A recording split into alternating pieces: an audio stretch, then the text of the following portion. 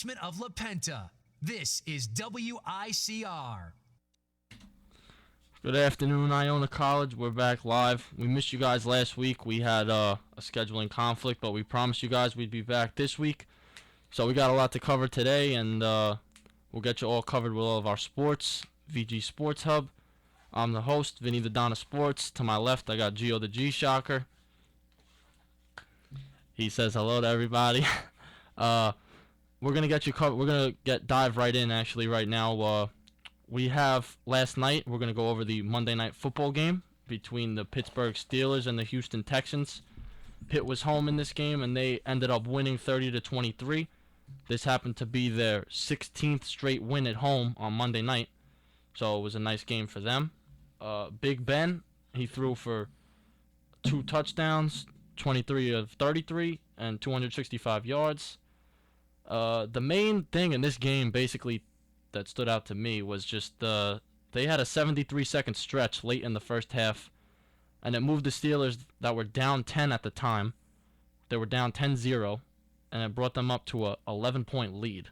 So they made a huge turnaround. It was 10-0. They went up to 21-10, and this just, it led over into the second half. Not much really happening in the second half. It was that little jolt there. So what happened in this game? What changed, you? I'm gonna say the Pittsburgh Steelers defense started stepping up after they went down. Like you said, they were down 10-0 at one point, and then it all turned around in that 2-minute span, pretty much, and they went up 21-10, I think, or 23-10. They took a commanding lead.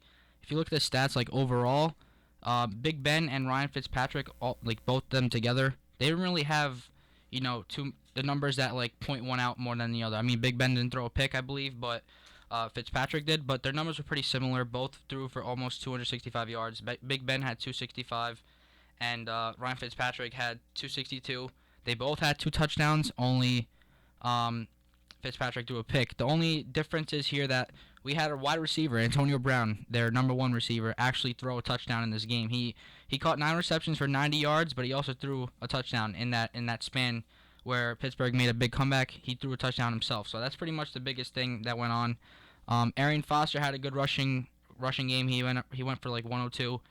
And Le'Veon Bell, he was all right. He had a decent game, but nothing that really stands out. I think Pittsburgh's defense just really stepped up big. They forced some turnovers even late in the game. Polamalu recovering a fumble, things like that, really brought them the win. Right, I agree. Now, when you look at the two teams, Houston 3-4, second in the AFC South, and then Pittsburgh 4-3, third in the AFC North. Do you see a threat possibly down the line here coming towards playoffs between these two teams? Was this just a game that really you're going to see a lot of people that are into it, or what's the deal with the two teams later on down the line? Down the line, I'm not sure if the Texans can go so far. I mean, they have a good team. I mean, they have a decent team. They don't have the best. I mean, their quarterback Fitzpatrick, nothing against him, but he's not really an elite quarterback to take him anywhere. They have a good rushing game, and they have some wide receivers. They have Andre Johnson, who's been bouncing back lately. He's been having some good games, some decent games. Not like what he used to be when he was a little younger, but besides that, they're going to be okay, but I don't know if they're going to be a playoff team. Pittsburgh, I think, is going to make it a comeback and make it to a playoff team down the line. I feel if they play their defense like they are now, and they did yesterday, and they keep it up, they can be a playoff team. So I think that's what we're going to see. We'll probably see Pittsburgh maybe make a wild card spot. I don't know about Houston, though. Yeah, I think that Pittsburgh was basically playing around last night for that beginning of the first half, letting Houston basically just, do whatever they want to do for that beginning of the first half, and then they just jolted out with that huge, burst of energy and with the offense. We'll see what happens later on down the line, though. So, but one of the biggest topics of the day for today, we have the MLB World Series. It starts tonight, Game 1. San Francisco Giants taking on the Kansas City Royals. KC is going to start at home with this series. And these are two teams that we're looking at here that are from the wild card. Where, as we said when we first started the broadcast, when we first came on air, baseball is a sport where anything can happen, really with any sport. But more or less when we speak about baseball, anything can happen. And as we've seen here, these two teams have giving it their all to make it to where they are right now. So we have tonight, the first pitch will be at 8:07, which is in a couple hours. And it's going to be a beautiful night down there in Kansas City, about 72 degrees and clear. And it's going to be the NLCS MVP, Madison Bumgarner, taking on James Shields on the other hand. Right now, the Royals, they're riding their perfect streak through the playoffs. They're 8-0, haven't lost a single game.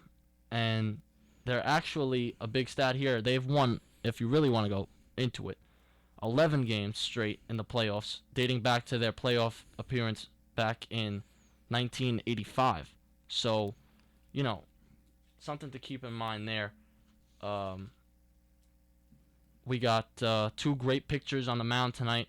Shields on 5 days of rest. Baumgartner on 4. The Giants are 8-2 in the playoffs this year. These two teams have been really doing what they have to do, not really losing that much. And, what do you think we got to see with the pitchers here tonight, G? Yeah, I think we have the 2 aces for both teams on this matchup tonight. I know I've been going against San Francisco the whole time, and the Royals. I mean, both of them, I really didn't give them a chance. Both my predictions were wrong, apparently, obviously. But Bumgarner is underrated, in my opinion. In the playoffs, he's a really good pitcher. He's been doing everything that he could for this Giants team. Shields as well for the Royals. I mean, he struggles at some points, but he's been on point pretty much throughout this playoff series, this run that they're on, and they're perfect. So I mean, everything's going right for them. Their bullpen has been a big part of it. We just can't give it to the starters. Their bullpen, especially for Kansas City, their closer Holland, he's been shutting everyone out. So you got to give it to the whole pitching staff, not just the starters. But they definitely, each team respectively has their 2 guys that they want to go out there for tonight for Game 1.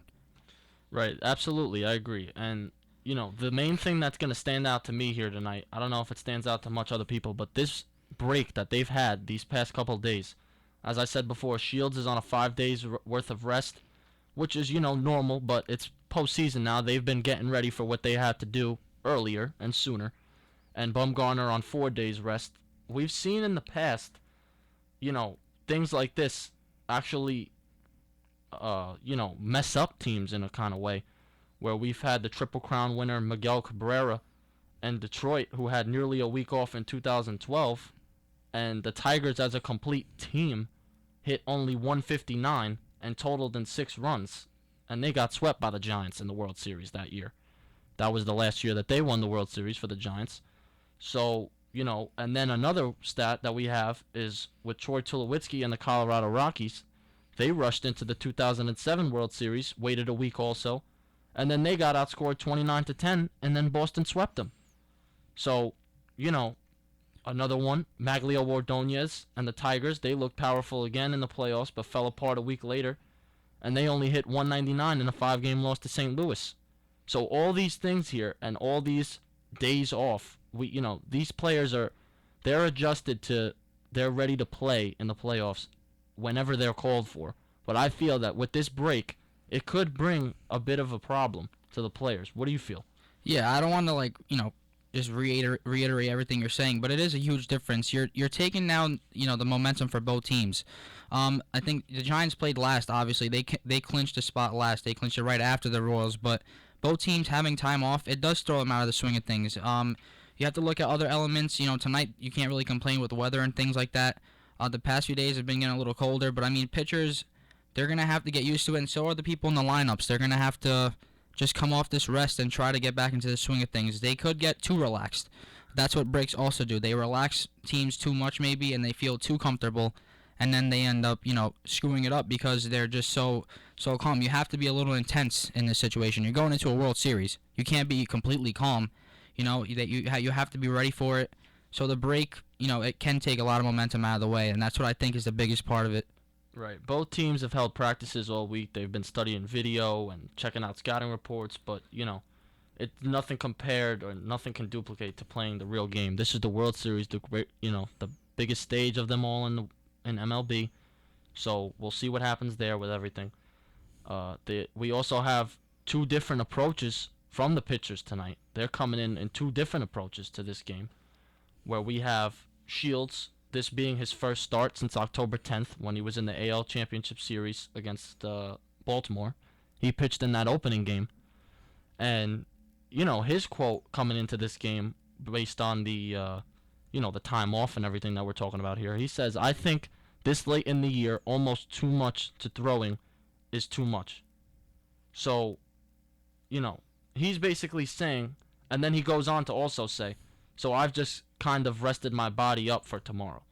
So he's basically saying that he's taken advantage of this time off, and he feels that, whatever he's going to have going into this game is what he's already had throughout his career and everything else, and he's going to just let his game. He's going to play his game. Now, that could be a good thing. That could be a very good thing. And, maybe he just wants to relax himself and not stress it as much, because then you may not get the outcome that you really want. But then on the other hand, you have Bumgarner, who has already thrown 249 innings this year, including 4 postseason outings. He was the NLCS MVP, and he started last Thursday when the Giants closed out St. Louis. And his quote says, honestly, I feel the best I felt all year and for the last probably 2 months. So, these two pitchers here are they're very happy with their approach on coming into the game with time off. So, how do you think that makes them feel going into the game with their time off, G? Well, clearly, they feel different from me. They like the time off. They don't mind the break because they're getting to recuperate. Especially when you look at James Shields, you look at what he said. He said he's rested his body up. October 10th was the last time you said he pitched. That's basically 11 days back. That's over a week. He's had a lot of time to recover. Bumgarner, he's also had some time to recover. But another thing with these pitchers is they're both experienced. So, when you have experienced pitchers, they're more, calm. They're more comfortable. That's what before I meant there's going to be a lot of rookies that, maybe they'll ease into it too much because they have so much time off. But when you have pitchers, it's different. When you have veterans, it's different. So, they're taking the approach that they don't mind the time off and that, they need the recuperation because they know they can get injured if they overthrow. You don't want to, screw up an arm. You need your aces for a whole World Series. They might have to make 3 appearances. You don't know what they can do on short rest. So it's definitely, a mindset, they'll take the rest apparently. Right. So now we've been doing this all postseason long here, and I have to do it again. There's been a lot of controversy over these past couple weeks with everything going on. Okay. So now, in the last series, in the World Series, who do you have going all the way? All right. So, clearly, if you've been watching this broadcast, I've gone against Big Shot Rob plenty of times. I said that the Giants wouldn't even make it to the NLCS, sorry, and they made it all the way through the World Series. And not even against that, I just threw the Royals under the bus too. I wasn't riding them through this playoff series. I really wasn't. I thought they were, going to lose to Baltimore. I went against them twice as well. But if I had to pick a team, I'm going to choose the Royals now. I'm going to go with them. This team, almost 30 years that they haven't been in the playoffs, and now they're back in it, and they're killing everyone. They're just doing very good. 8-0. Who would have thought the Kansas City Royals, wild card team? So were the Giants, but I mean, I just never thought that we'd see that from the Royals. So I'm gonna go with them. They have veterans, and they also have the rookies that are giving it their all to play this series. I'm not taking anything away from the Giants. I think it's going to be a close series. It's going to be longer than usual. We've seen 5 games, a 4-game series. I think we'll see maybe 6 or 7 in this one.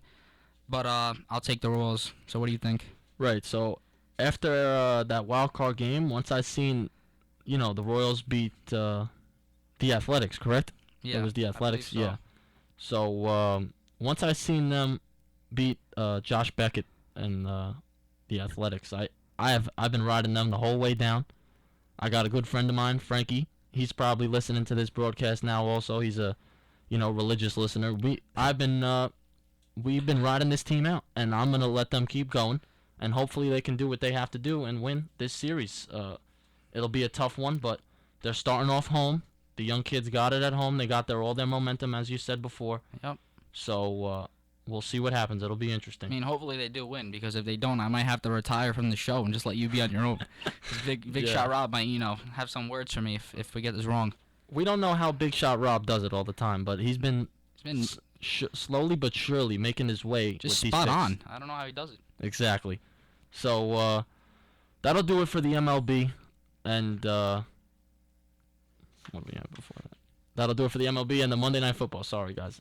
So we're going to take a short break, but coming back, we're going to have you covered with some NBA preseason. We had our first 44-minute game ever in the NBA this past weekend. So we're going to get you covered with all that, your thoughts and everything. Then we're going to get into some NHL and some soccer later on with Gio got us covered. There's a game going on right now with Roma and Bayern. So we'll get you all covered with that. So we'll take a short break and we'll be back. Thank you.